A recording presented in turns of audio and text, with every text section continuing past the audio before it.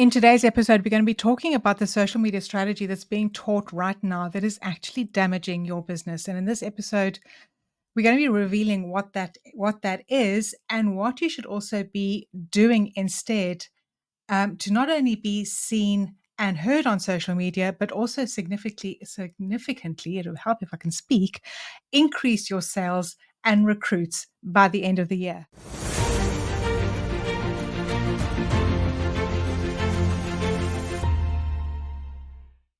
So welcome to today's episode. We are the Beaches here at Beach Boss Influencers. I'm Fran Lopesha. I'm Brandy Shaver. I'm Carrie Hyam. I'm Kat Krasilnikov. And I'm Adrienne Lindeen. And here at BBI, at Beach Boss Influencers, we teach network marketers just like you how to grow a profitable network marketing business in less time using social media, automation, and influencer marketing. And don't forget to smash that subscribe button and make sure you share this episode and share your biggest takeaways of this episode with us on social media. We would love to hear from you. So, Adrienne, do you want to take it away and share about what this problematic strategy is? Yeah. And I still see it everywhere.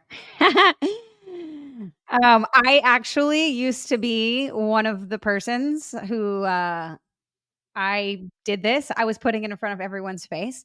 But I would say this is the most still taught strategy in network marketing. And it's the constant posting of your products, your promotions, your recruitment pitches, whether they're disguised or not, people see them. In fact, gosh, man, I've seen some really bad ones lately, y'all. And from people that I honestly expected to not see them from, but I feel like it's like getting more and more just openly in your face. And the problem is it's the strategy's supposed to work. And it actually used to work. But what happened is, and why it's backfiring on everybody, is because everyone started doing it, right? Like now it's just like, I remember like just scrolling through, and I had to scroll so much before I came across actual normal posts, right? It wasn't like before and afters or, all the things, the hype, the like, oh, like a huge announcement, huge opportunity, right? Like just all the things. And what that's supposed to do is it's supposed to, drive traffic, generate leads, by, by constantly putting this information in front of people's face. But when everyone's doing it, it is actually repelling people from you. When everyone's doing it, that strategy no longer is effective because people are just tired of seeing that stuff in their newsfeed. And not only that, but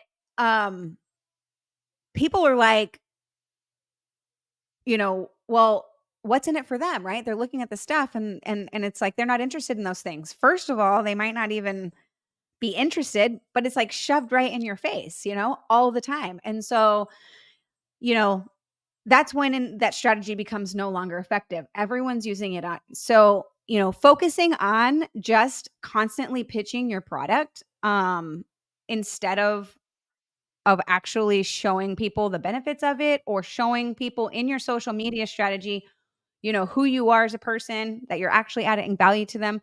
That's when these things start backfiring on you.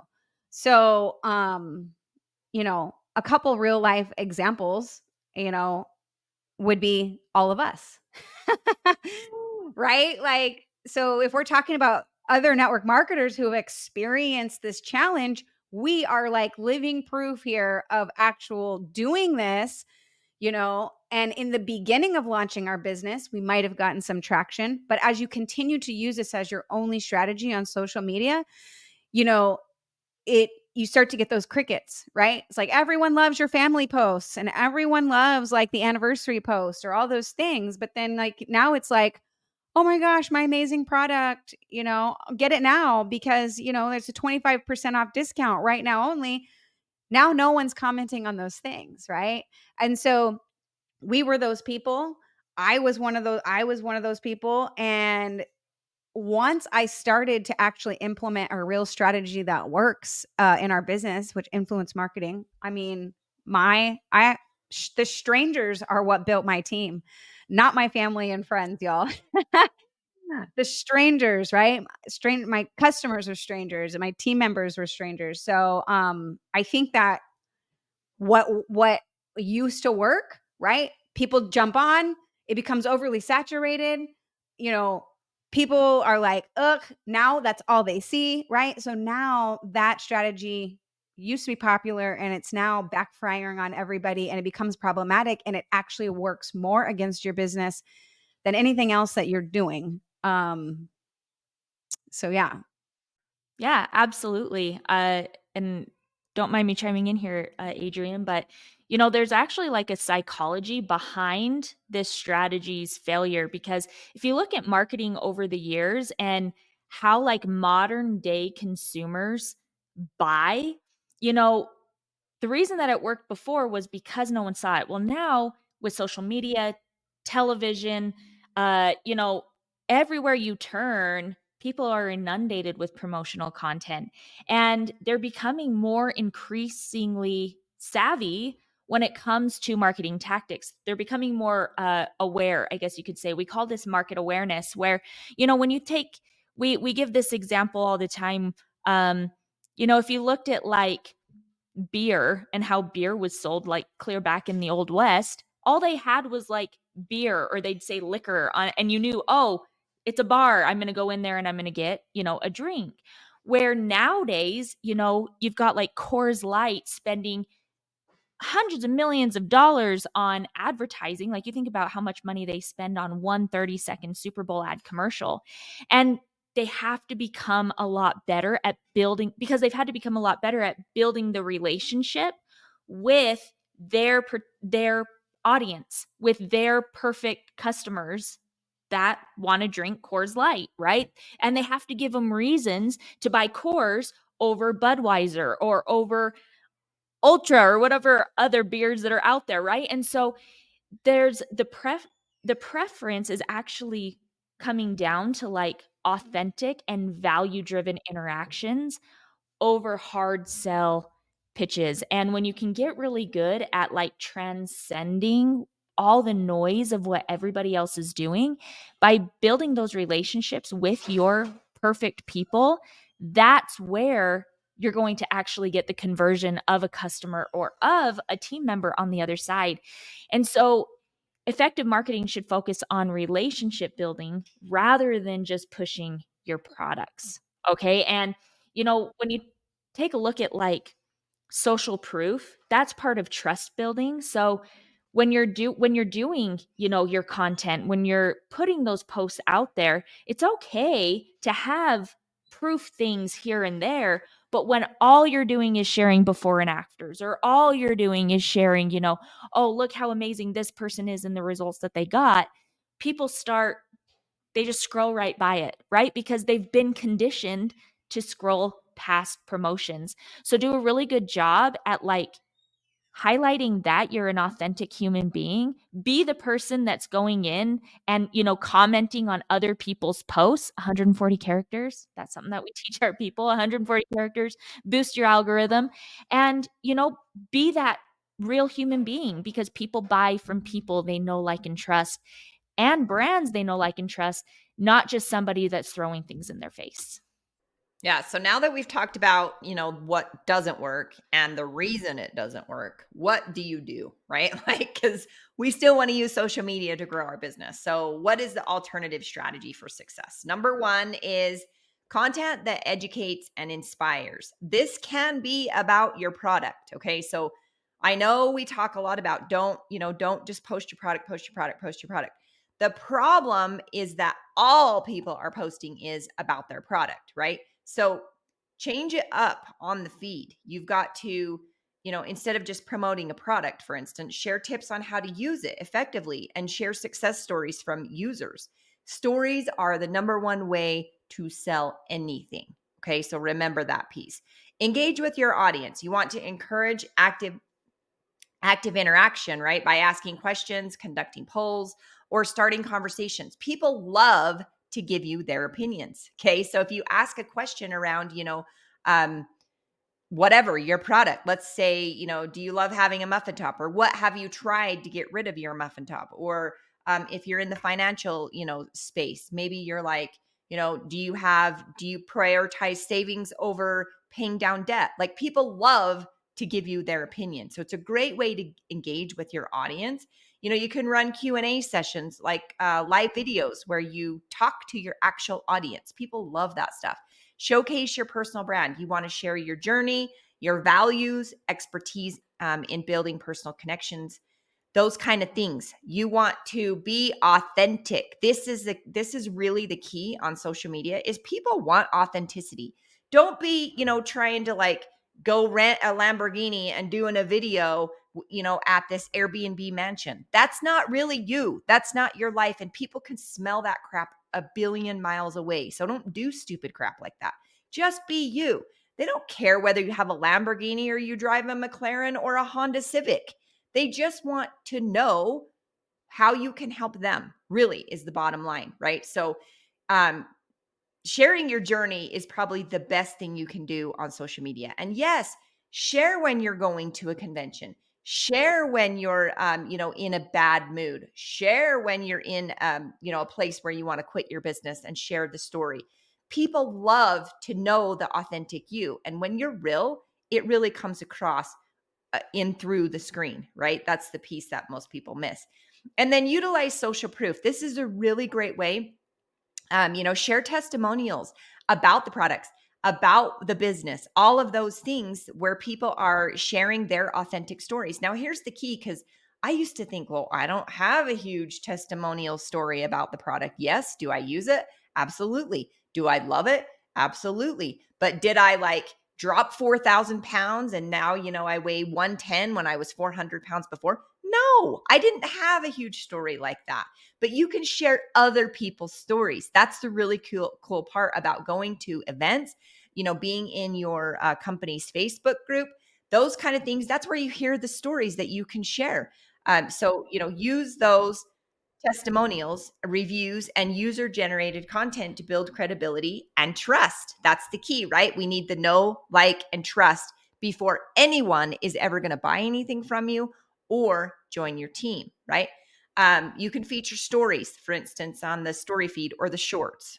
Just depends on which platform you're on, right? Where you're using different types of testimonials and things where you can do that. And then the last piece is creating engaging and interactive content. You use a mix of content types, like we've talked before: videos, infographics, interactive posts, and keep your content engaging. You can test different things. And I heard this from a mentor of mine actually last night, was that, just become a scientist. Instead of being so emotionally connected to each post that comes out, test different things and then evaluate whether it worked or didn't work, and what worked about it and what didn't, and then pivot, right? So you start to grow this massive bank of content that you already know works, because you've been the scientist and been testing all the things. Example, you can create a video series or infographics that provide valuable insights and encourage the sharing. If the sharing doesn't happen, then maybe you didn't give the call to action at the beginning, or maybe you only gave it one time and it was at the very end, and a lot of people don't watch the entire thing, kind of thing. So I hope that helps make sense on the alternative strategy. It really is the bottom line: grow your audience, engage with that audience, and then promote to that audience, and then appreciate that audience, right? You want to give love to those people. Nobody is going to do anything without you giving love first. That's just how social media works. Yeah. And I want to point out one thing, because when people start using these new strategies, there is a common trend going on. They experience actually lower amount of sales. And sometimes they say, my team is not growing. And they're like, maybe I should go back to, doing the old strategies and promoting like I used to, right? Because it seemed like I had more sales and I had a couple of team members, but now it just kind of like stops. So it's very common thing to notice, but I want you to understand why this is happening and why you should not go back to being a spammy Grammy or whatever you call it. I call it repellent marketing. Stop doing repellent marketing, right? So why it's happening? Because it's like when you're planting new seeds into the ground, it's going to take some time for those plants to sprout and to grow, and you need to nurture them and water them. And you're not going to, plant that tomato seed in the ground and the next day dig it up and like look at it like, oh, you didn't make any sales. There might be a bad seed. Let me go find a new one. So you plant them again, right? You get the idea. So when you're building something new, it's going to take time and it's going to work eventually. But so many people just give up and they think that, well, what I did in the past worked, so let me go back and do that again. Maybe my upline actually was right? I shouldn't be reinventing the wheel. But what happens when you keep promoting to the same audience over and over again, right? And even like it's not the right audience. This is the people that you already had influence over. So it's no wonder some of these people will buy what you're selling or join your opportunity, right? You've built that circle of influence for a long time. So it could be big, it could be small, but it worked because of the fact that you had influence over a few people. But when you promote again to the same audience, they'll be like, oh, here she goes again. And then you promote again, they'll be like, oh, she's doing one of those weird things. No, thank you. And then you promote again, and then they start ignoring and blocking you, right? And sometimes you don't even know that's what people are doing. So the first thing is realizing that you need to be growing your audience of the right people who are actually interested in, I don't know, new income opportunities. Not everyone is. Spoiler alert. Not everyone wants to lose weight, right? No, some people are totally happy the way they look or feel, right? So don't assume like because your product or opportunity is amazing, everyone wants it. That's not the case. So it's very important growing the right audience and then building relationship with that audience and build that influence. And when the time comes to promoting whatever you're promoting, you're never going to be a salesy weirdo if you're following the steps, right? So, but a lot of times also people assume that, oh, now that I'm using influence marketing, I shouldn't be promoting, that promoting is bad.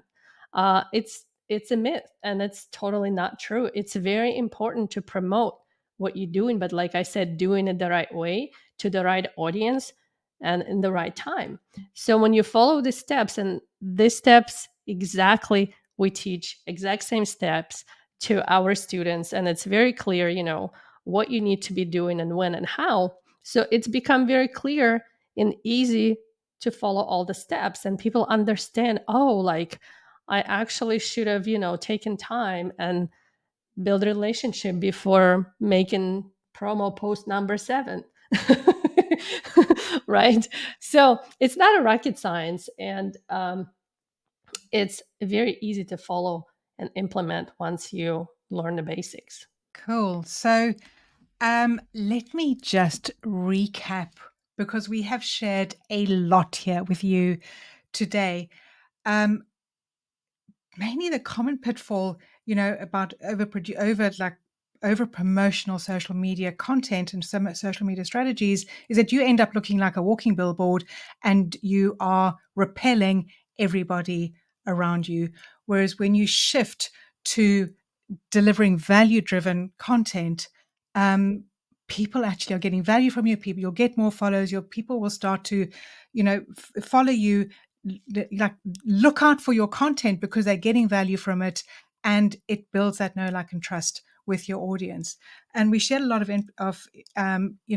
actionable steps to make these changes. We shared how important it is to actually start building genuine relationships, to think about your content, to mix your content up, to build genuine relationships, as I said, to engage with your audience, to brand yourself. You are your brand, not your company. And be authentic and express yourself. And so often we go onto social media, we go and post on social media, and we are posting with the need for external validation. We're posting with the need, like, I want to get, and we feel like we are not worthy, we're not good enough if we don't get the likes, if we don't get the shares, if we don't get, 1,000 comments, if we don't get, 10,000 views of your reels. And I'm going to encourage you to lose that need for external validation and become the creator. Trust yourself and start following these strategies. Okay, be yourself, deliver the value, because it is going to pay back 10 times. Honestly, you will not regret it. But also, you will start loving when you go to post on social media, because you're posting for yourself and you're posting for your audience, as opposed to posting for views, posting for likes, posting for comments. Okay, so I'm going to encourage you, like, reassess what you're doing, and make adjustments to your social media strategy based on everything that you've learned here today. So if you would like to learn how to start attracting your perfect prospects so you can avoid these spammy cold reach outs, I can't speak today, and you can avoid that altogether, click the link below, or above, or wherever it is, and grab our social recruiting secrets. And don't forget to join our free online community with over 30,000 network marketers just like you, so you can discover the secrets to grow your business using social media and automation. You're going to find the link somewhere in the description around this video. We'll see you on the next episode.